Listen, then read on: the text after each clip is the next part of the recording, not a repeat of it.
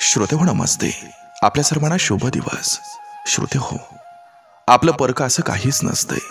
गरज असली की सगळे आपले आहेत, नाही तर सगळे परखेच असतात. श्रोते हो, दैनंदिन जीवनामध्ये सरास येणारा हा रोजचा अनुभव असतोय. त्यामुळे विनाकारण कोणाला जीव लावण्यामध्ये काही अर्थ नसतोय. लोक आपापल्या गरजेनुसार आपल्याला वापरून घेत असतात आणि नंतर आपल्याला गृहीत धरून सोडून देत असतात. पण श्रोते हो, आपण मानसिकरित्या इतकं अडकलेलो असतो की मग त्या गोष्टीचा स्वतःलाच त्रास करून घेत असतोय.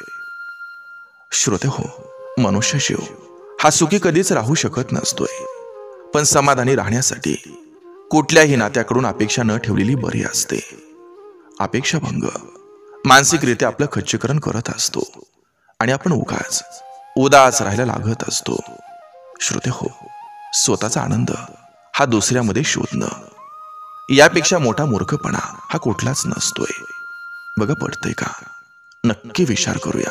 चला, आजही आपल्यासाठी सुंदर विचारांची ही शिदोरी, ही मालिका अशीच पुढे घेऊन आलोय. चला, करूया सुरुवात सुंदर विचारांना, सुंदर सुविचारांना.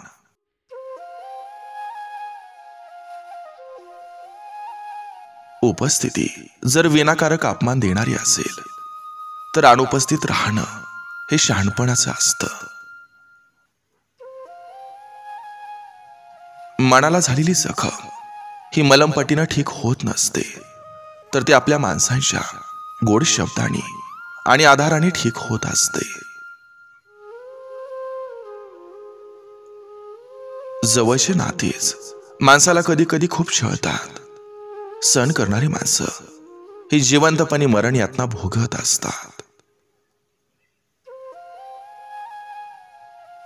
कधी कधी समजतच नाही की आपल्या माणसांवर रागवावं की नाही रागवावं. कारण थोडंसं जरी रागावलं तरी ती लगेच परकेपणाची जाणीव करून देतात. श्रीमंताला गरिबाशी भोग आणि गर्विष्ठ माणसाला त्याची चूक कधीच कळत नसते. वेळ निघून गेल्यावर फक्त पश्चाताप करावा लागतो. म्हणून वेळ आहे तोपर्यंत समजून घेत जा. माणूस एकदा निघून गेला की परत येत नसतो. मनुष्य फक्त भाकरीवर जगू शकत नसतो.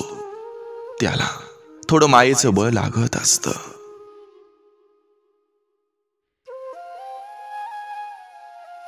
आज ज्यांचा तुमच्या प्रयत्नावर विश्वास नाही, उद्या तेच इतरांना सांगतील की तुमची आणि त्यांची चांगली ओळख आहे म्हणून.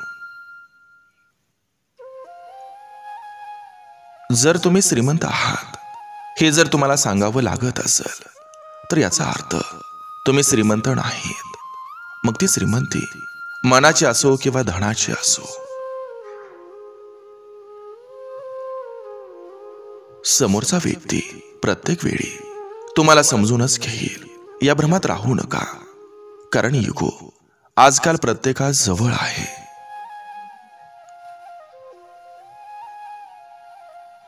दुसरी संधी म्हणजे पुन्हा विश्वासघात.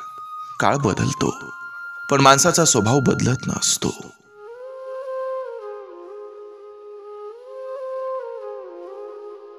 स्वतःची किंमत ही नेहमी लक्षात ठेवा.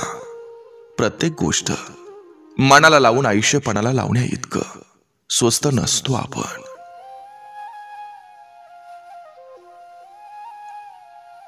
न सुटणाऱ्या प्रश्नांना जेव्हा आपण काही काळ सुट्टी देऊ तेव्हा उत्तर आणि पर्याय हे आपल्या जवळ चालवून येतात. दुःख तर तेच देतात ज्यांना आपण हक्क देतो. नाही तर परके चुकून धक्का लागला तरी स्वारी बोलतात.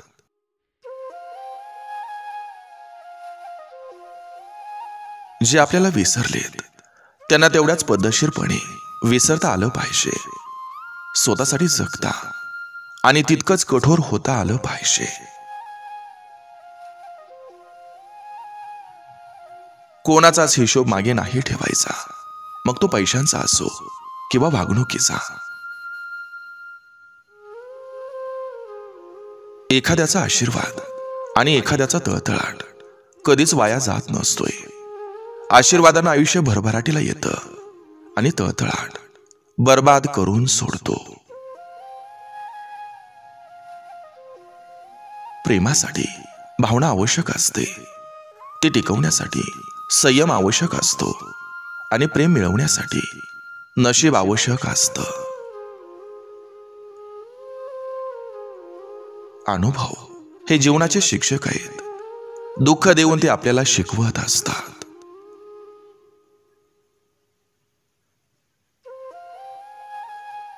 सुखात सहभागी होणारा, दुःखात पाठीशी उभा राहणारा, संकटात हात धरणारा असा एकतरी जोडीदार असावा लागतो. सत्य हे ओठांवर असतं, पण शब्द टोचणारे नसावेत. बोलण्यात गोडवा असावा, पण फसवणूक नसावी.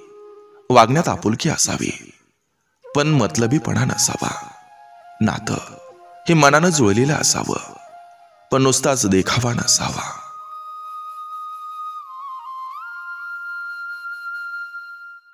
नवऱ्याला घरातलं, बाहेरचं, देशातलं, परदेशातलं, राजकारणातलं सगळं माहीत असतं, पण बायकोला राग का आलाय एवढंच माहीत नसतं. परिस्थितीनुसार स्वतःमध्ये बदल घडवणं हे प्रगतीसाठी गरजेचं असतं. काळाचा खेळ किती विचित्र असतो. भरल्या खिशानं जगाची ओळख करून दिली आणि रिकाम्या खिशानं माणसांची ओळख करून दिली.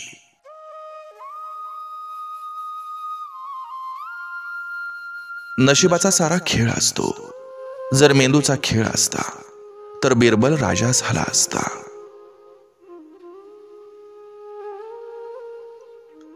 मित्रासाठी घासातला घास काढून ठेवणं सोपं असतं. मित्रांसाठी जीव देणंही खूप सोपं असतं, पण जीव देण्या इतका चांगला मित्र भेटणं हे खरंच खूप अवघड असतं.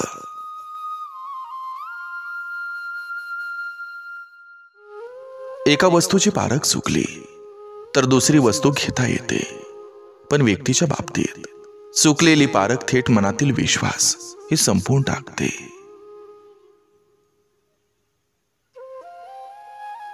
माणसाला घबाड सापडलं की माणूस लबाड होतो.